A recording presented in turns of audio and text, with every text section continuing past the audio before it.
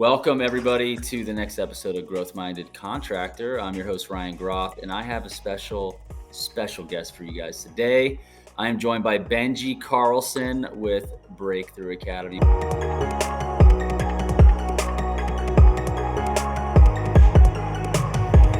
Hey, Ryan, it's good to see you. Good to see you. We're both on the road. We're both on the road. I'm excited to see you in Dallas in October. Yes. I was looking at the schedule.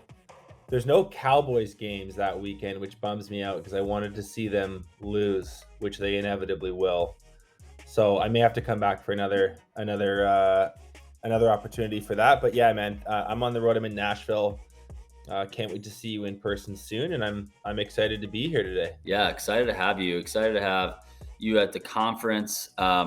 I know BTA. I've known you guys for several years. I consider you all friends, and I've been inspired by you guys. And I've also we've also done a lot of episodes of different things, whether we've both done webinars together.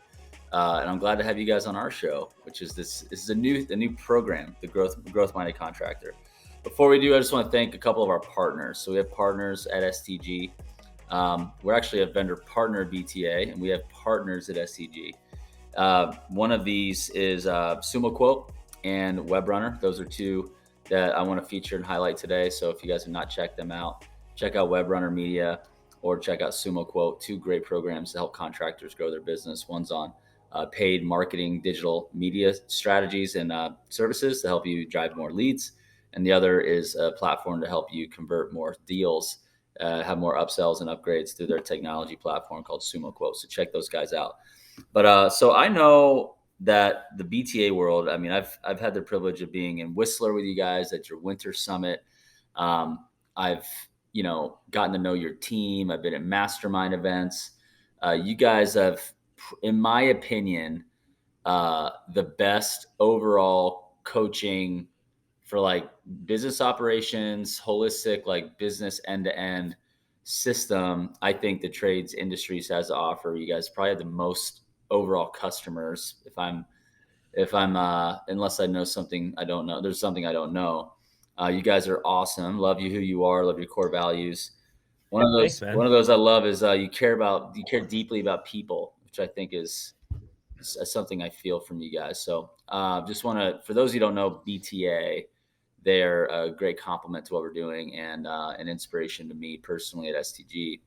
But going back to, my familiarity with you guys. So like a lot of contractors work with BTA who don't have systems and processes, standard operating procedures, don't have a way to know their numbers.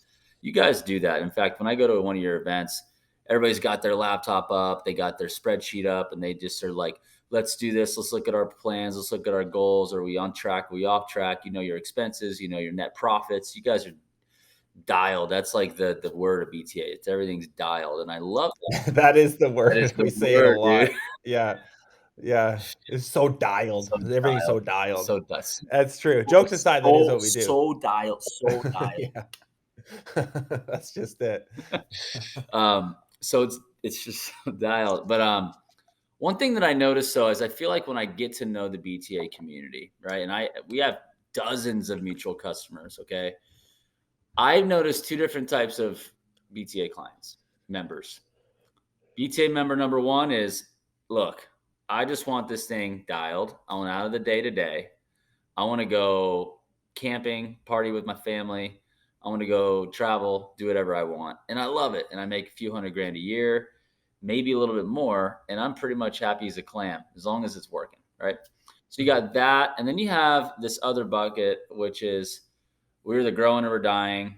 We want to be world domination, whatever you want to call it. We just want to be the best. They win all the awards. They love all the recognition. They're typically emerging as examples of how to grow their business within the BTA community. People ask them questions. They become kind of a pioneer of sorts of kind of adopting new things because they're always trying new things. And that's typically who's working with us at STG because sales fuels the growth and we partner well together. So I want to focus in on the second bucket of contractor, the growth-minded contractor, because I've personally experienced this. I'm a sales consultant. I'm sales oriented, but I got to tell you, that's become a weakness because operationally we've failed as a company sometimes. And I know that contractors, there's even way more moving parts than what I got going on as a company. And that I see with a lot of the industry is people are afraid of growth because of just how flat and messy it is, how plain messy it gets, and how complex it gets, and and just how frustrating and stressful it can be.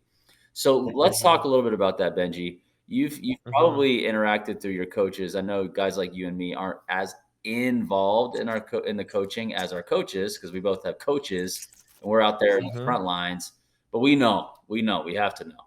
So tell me, what do you know about these growth minded guys that are out there in the industry that are working with you? How are they managing to grow their business, like grow and make money and go year over year top line and bottom line growth, but also not see this thing fall apart and it's a complete disaster as they grow and put pressure on their system?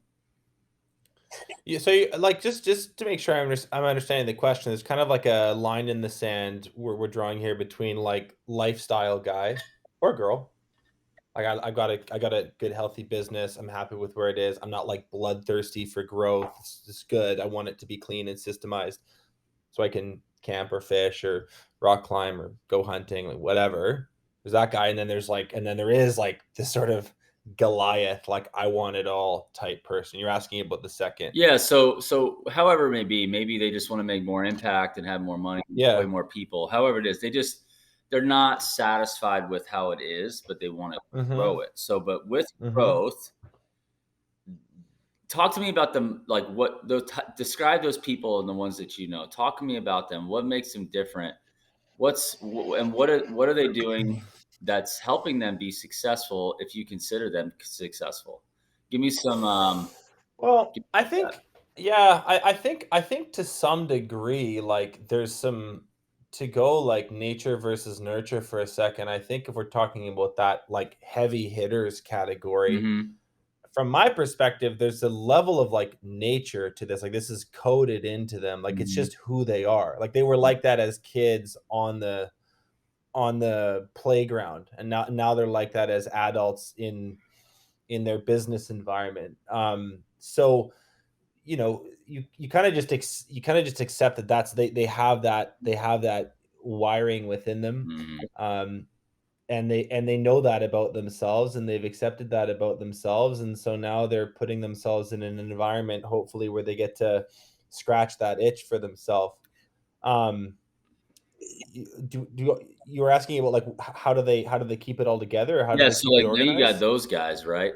And Mm-hmm. they're competitors. They like to win. They don't like to, like, they live a lot of what, like, a lot of their life is evolved around this business. They just love growing it. They love the challenge of it. So how are you guys at BTA, when you take a person like that works with you guys? I know you're making their lives so much easier, so much better. Mm-hmm. You're doing, like, Mm-hmm. how are they able to grow and be that entrepreneur that wants to be successful and to be and they have it encoded in them, right? How are you helping them while they're growing so much Mm-hmm. from keep, like, we have some clients I know have, because of what you guys have helped them do, they're actually truly able to scale and grow their sales team because they have a way to grow their back end and fulfill the jobs that they sold, and actually, like, keep from ruining their reputation in the marketplace and doing great work. Like, how are you Yeah. guys helping these companies that have their foots on the gas and they're just not letting off? Sure. So I'll try to answer this by like and not just have this be like a huge plug for BTA. Like I do want to add some value to some listeners. Maybe I'll just share. I'm gonna answer this in two parts. The first thing I just want to speak to a little bit about my perspective on like the profile of these people, and then we'll kind of talk about what Breakthrough Academy does. There's a couple things that I think these heavy hitters um, have that others don't. So the first is there's like there's a clarity of vision Mhm. that I think you can see if you interview, 1,500 construction businesses like I have over the last 5 years. You can start to see a very clear distinction between those who are able to articulate where their business is going to be in 5 years Mhm. and those who kind of fumble around with it. Mhm. So the simplest way to give some imagery to that is if I were to ask a contractor, what gets you excited? Like, where do you want to be in 3 years? Like, tell me about your vision. These heavy hitters go through what feels like a novel. They're like, it's going to be this large. I'm going to have this team. We're going to use this software. I'm going to have these challenges along the way.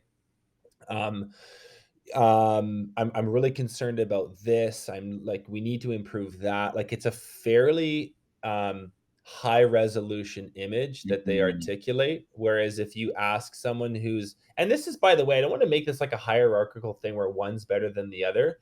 Like, it's like both, all of these characters we're talking about are going to have a life well lived and a happy family, 100%, like so it's not like one's better. I'm just sort of saying, like, if I'm making distinction between like the really growth oriented people and then everyone else, the high resolution image is a big distinguishing feature that I've noticed. Whereas maybe a more lifestyle person, like, well, we want to grow, but and like we'd like it to be more organized and like I need a new office manager, but that's sort of the end of the story. They don't really go crazy in depth. So there's like it's like a clarity of vision thing that I think is pretty characteristic. mhm. Um, Another thing that I see a lot of is a comfort level with tough conversations. I think that Mhm. this is a really big blind spot, and um, I don't want to oversimplify it and say, hey, if you're like really direct and you're kind of grumpy and you hold people accountable, you're going to be successful. But what I will say is that people that have a fear of just saying, like, hey, you've not met the standard. Here's the evidence of that. And here's what I need you to do to meet the standard. If they're not like habituated to do that fairly consistently, if they don't have a comfort level around that, that's a huge, huge inhibitor to growth. Mhm. And then another trait that I see a lot with these big dogs is they're very decisive. Like they don't hum and haw for 6 months over small stuff. Like, make a call, Gosh. make a decision. Bro. Um, you know what I mean? And like that's one of my that's such a pet peeve for me. Like, everything just taking forever to make a decision. Oh, I want you to look at it. Oh, let's think about it some more. It's like, make a call. There's a fork in the road. We need to go right or left. We definitely can't stay here. Make a call. So anyway, sort of a preamble. It's just Let like me from pause my you. Let me perspective. pause you right there. I'm getting fired up just hearing you talk about those three distinctions. I'm like, yes, like yes, that's so awesome. Um, and I think that what we're talking about is the DNA of a heavy hitter, right? Yeah, yeah, that is what I'm The talking about. DNA Totally. of a heavy hitter. So it's like they know where they're going. They've thought it out. They have a clear, high resolution vision. I love that. So Hmm. they Hmm. know they've been dreaming about this. Their brain is like that. They're lying awake at night, just envisioning the future, and they're just like they're so happy, right? And then Yeah, they nerd out about it. They're obsessed. certainly, and then the second one is that they're. I think about Jim Collins' book Good to Great and how the great companies confront the brutally honest facts. Like they're confrontational leaders. They're like, dude, the hard stuff, it's right in my face. I want to know where it is, and I want to have a conversation about it, and I want to confront it, and I want to have the conversation because I don't want it to. I'm not afraid of that obstacle. Let's find the solution. Let's get through this like now. Like they're so they're whether they're going around walls or running through them, they're not afraid of them. Yeah. And then the third piece is how decisive they are because um, those who aren't growth minded are in that non heavy hitter. They're humming and hawing over should I buy this marketing package? That's $4,000 a month. When this Right. other guy's already tested it, tried it in house, done 3 different ones by then, and found out which one he wants to do. Right? He's already figured it Right. out. He's already done it. He's like, let's go. Or the bottom line is they're decisive because they know that they have so many more decisions to make. They can't sit there and like hang out Yeah. on this other decision because it's not going to help them to not have an answer to this question. It's uneconomical to do it that way, and I think people realize that early on. Like, this whole concept of decision fatigue is Yeah. very real. There's some pretty compelling psychology about this. Like, there's a very finite amount of good quality decisions even a really high performer can make in a day. So, humming and hawing by nature, by definition, is sort of incongruent with that fact, like that observation of nature. And that's why, heavy hitters, if we're going to use that term today to sort of uh, just to give them a label, a name, they're not afraid to be wrong. They trust that they're going to get it right a high percentage of the time, but they're not deluding themselves that they're going to get it right. What they know that there's going to be some percentage that they get wrong, but the pace at which they make those decisions cumulatively over time puts them in a better off position, even with the occasional one that they do get wrong. So I think just the ability to like process information quickly and make a call is something that I really value, and I Mm, think it's a trait that leads to success long term. so cool. Um, I think that our podcast is done. That was perfect. No, I'm kidding. That was awesome. I love that, and um, I think that's important. So DNA of a heavy hitter, those three right there, guys. That is some valuable stuff. I want you to share that because I think another thing too is like a heavy hitter sees another one, they know that. They're like, that's one I want to be like, or that's somebody that inspires me. And I think that let's take a step back for a second to what you said prior. The it's already in them thing. Um, I think that's something really interesting, Benji. Like, do you think people are born like that, or do you think people have a circumstance in their childhood where there's something that happened and they vow they'll never let that happen again? They just become like ultra motivated, like, or do you think that or do you think everybody should be like that and everybody ought to be like that? Or do you think, so I definitely don't think everyone should be like that. There's not enough room at the top. That's just not how society would cease to exist. It sounds so weird to say, but you do need people that just aren't like wired that way. You yeah, you do need task doers. You do need like hmm, you so if everyone was this like crazy entrepreneurial mind that wanted it all, we'd have the fabric of society would tear apart. Like there'd be no one to like teach our kids kindergarten. Like it just would be it love would be a mess. So I don't think that would be good. That's not a knock on kindergarten teachers. There it on the it's already in them thing you're asking, like, is it nature, is it nurture, are you born with it, or you not? I would say you have it or you don't. Is just my personal perspective. You have it or you don't by about the age of 15. And it. whether it's encoded into your DNA strand or it's taught to you at an early age, that's for people smarter than me to decide. But from my lived experience, I can see usually by like teenage years, people are either on this side of the aisle or the other. Um, so I don't know that as you enter adulthood, you can learn this, and that's okay. Like I don't know if you go to conferences a lot like me. You do these panels, you do these sort of like Q&A periods, and you'll hear somebody ask what sounds like a really sincere question, which is like, how do you stay motivated? And that's just never made sense to me. I'm like, because if you have to ask the question, you're just not that motivated. And like, so then there's like some self-awareness or some self-discovery or if you're like struggling month in, month out to like stay hungry, you're probably just not that hungry, and you're not going to be able to move the needle now at 30 or at 40 or at 50. Like, it just is the way it is. I've just always found that question kind of perplexing. So I'm being long-winded here, but to answer the question, I think it's pretty baked into your system at an early stage in life. Love it, dude. Love this. Love talking to you about this stuff. Okay, so the next phase of this of the you said you want to answer in two sections, and I think we did Right. cover this first one. So let's What do we do? what the second answer to the question that we had earlier in the episode. Yeah, so what we do is we systemize contracting businesses for growth, right? If we had a tagline, that would be it. We work with both heavy hitter business owners and we work with lifestyle business owners because fortunately, either way you slice it, your business needs systems and it needs infrastructure. If you just want to enjoy more time and freedom and flexibility, you need systems. If you want to be the biggest and best, you also need systems. So we work exceptionally well with both. Now, how do we help the people that are on this like growth oriented trajectory?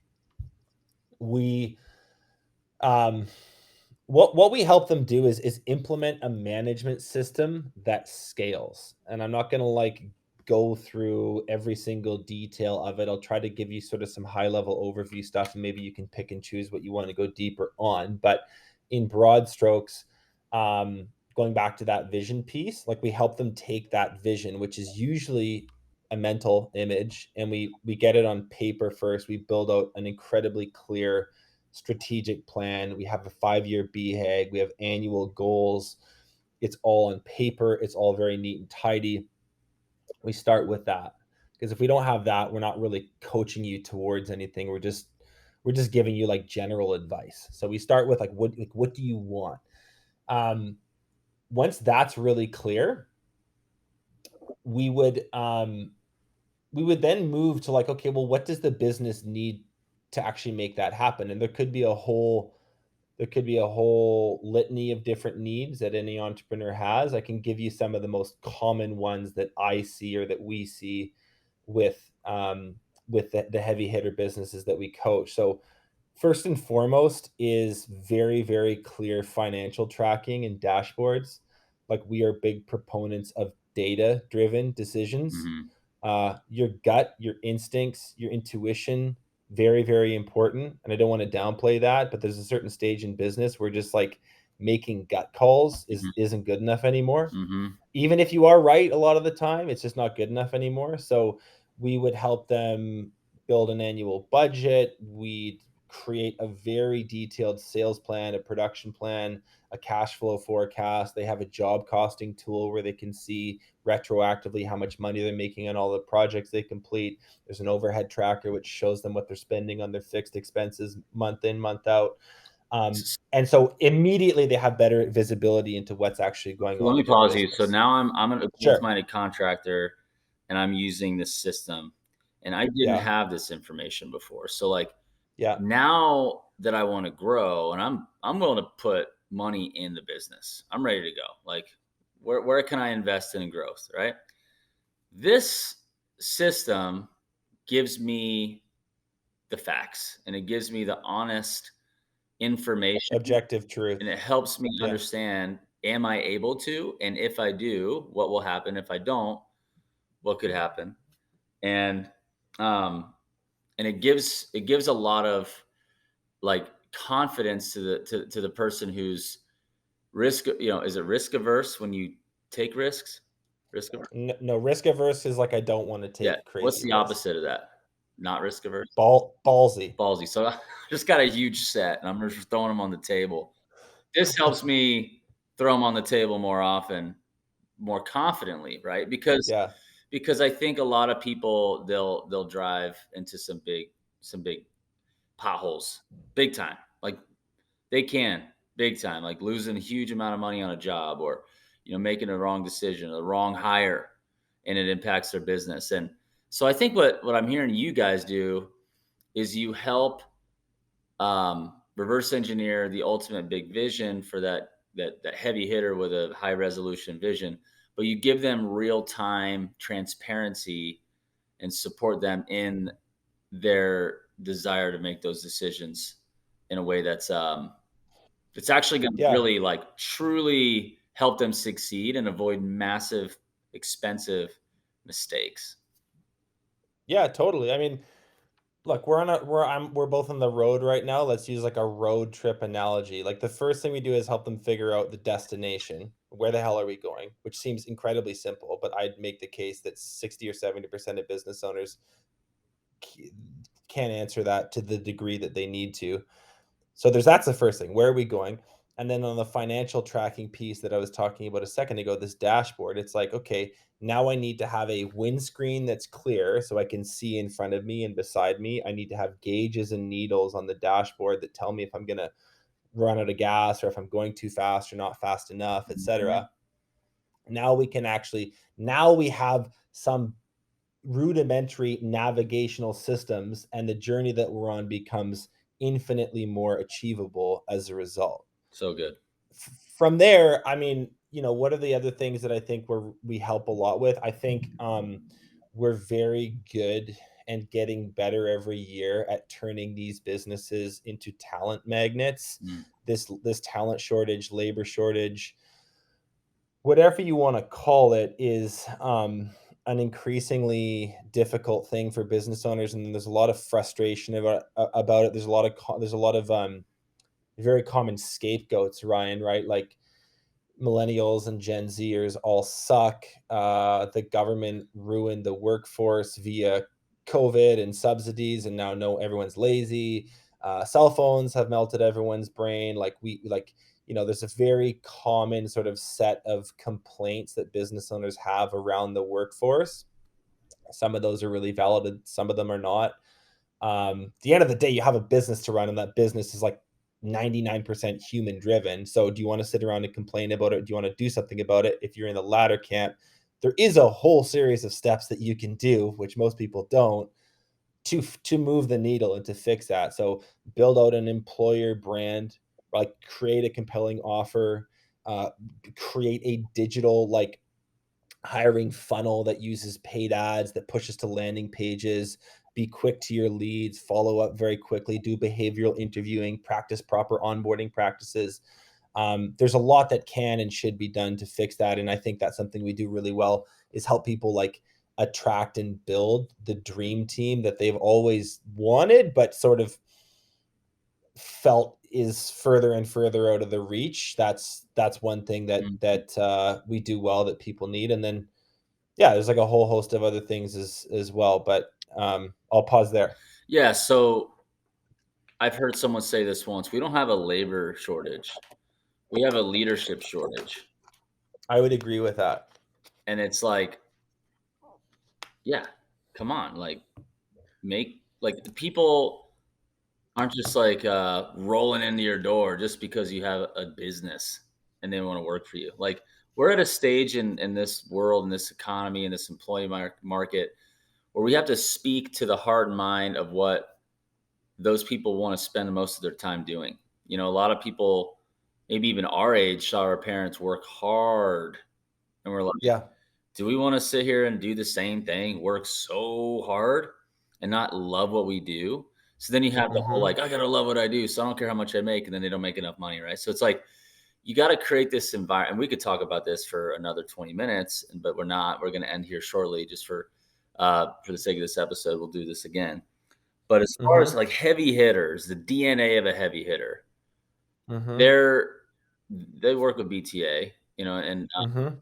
for example, and they would have a proven process, but ultimately they still have to come up with they still have to cast a vision for that employee to want to be a part of. They still have to be awesome and actually they be somebody they want to be around, right? Or have a vision or have an environment or have do something for their employees or have a ladder or have something that shows because the thing is the more compelling and attractive the environment is that the leader is shaping, the higher level talent you can attract. And then you put powerful A players in your team, and you're like, wow, a lot more people buy from them, or a lot more can get done because you have talented people and they love being there.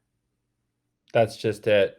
That's just it. I think that there's a lot of like myth busting that needs to happen, and a lot of like notions and ideas that float around the mental space of a lot of business owners. And I tend to think, because we work with businesses of all shapes and sizes, and this isn't a judgment as much as it is an observation. I notice a lot of these are more correlated with baby boomers and Gen Xers, so business owners that are like 45, 50, and above. Um, and I think so. So there's a lot of like there's a lot of like, well, I think people feel like they can't compete with other employers out there. Trades is hands-on. It's blue collar. It's dirty, it's messy, it's all these things. And it's like, well, my son wants to go be a digital marketer and he wants to go to school for graphic design and he wants to work remote and all these things. And I can't compete with that. And they almost kind of shoot themselves in the foot before they even like get on the field and make a play. And I'm kind of a contrary on this. Like, I would make the case that what you have to offer the workforce as far as an opportunity is far more compelling than you give it credit for as a business owner. You get to work with your hands. You get to work on a tightly knit team. You get to like beautify and improve people's homes. You get to be like a bought in member of the community that you live in and work in and serve. You get to be outside and stay fit. It's like, do you know how many digital marketers are making $32,000 a year? They live in like their living room and never leave, and they're depressed as hell. Like, I can't even, there's so many people that are in that world that you think is so like, attractive to younger generations that in fact is not serving them in any way, shape, or form. And you should own what you have to offer. It's cooler than you think. Just try it. You might be surprised. There's going to be some mechanically minded young kid who thinks what you do is really cool, even if it's just roofing. You know what I mean? And I think like people kind of, they I don't know, they listen too much to the headlines. They psych themselves out. It's like, own what you do, be proud of it, and just have some faith. Cross your fingers and have some faith. The people are going to come out of the woodwork and actually find, and especially if you have a branded shirt, a mustache, and some beard. Yeah, like totally. It's over. Like, I don't care. It's over. You could be doing anything. It's over. If the owner's cool, if the owner's got the stash, there's brand, that the truck is clean, the brand is clean. There's some vibes of future vision, and somebody wants to be a part of that. There's some tech. You guys aren't afraid of technology around there. Now you're making working with your hands exciting, and it's also heavily under systemized and underserved right now. If you look at like the gold rushes of the last few hundred years, like, it's burgeoning markets that are a little bit behind the times. Like, that's where you go to. I think that's why you've done really well, Ryan. I think that's why we've done really well. It's like we offer something to a super underserved market that desperately needs it. Because don't forget, construction is a massive underpinning part of our global economy. Like, you play a vital role in one of the largest sectors that keeps this whole economic machine going. This isn't some small little thing. This isn't just like, right. So there's room at the top for the people that want to get in there and make a play for themselves. And I just think people need to own that and put that on offer. And this talent shortage thing, it's not going to be easy, but it's certainly something that you can improve. So good. Okay, well, I want to thank you guys for tuning in. A couple things I want you to know before we check out. Breakthrough Academy are friends, partners of ours. We love them, and I encourage you to go check them out and have a meeting with them. And you're gonna have to go through a series of meetings because they don't just take on anybody. They want to make sure that you are a qualified, motivated, and mentally stable human. Okay.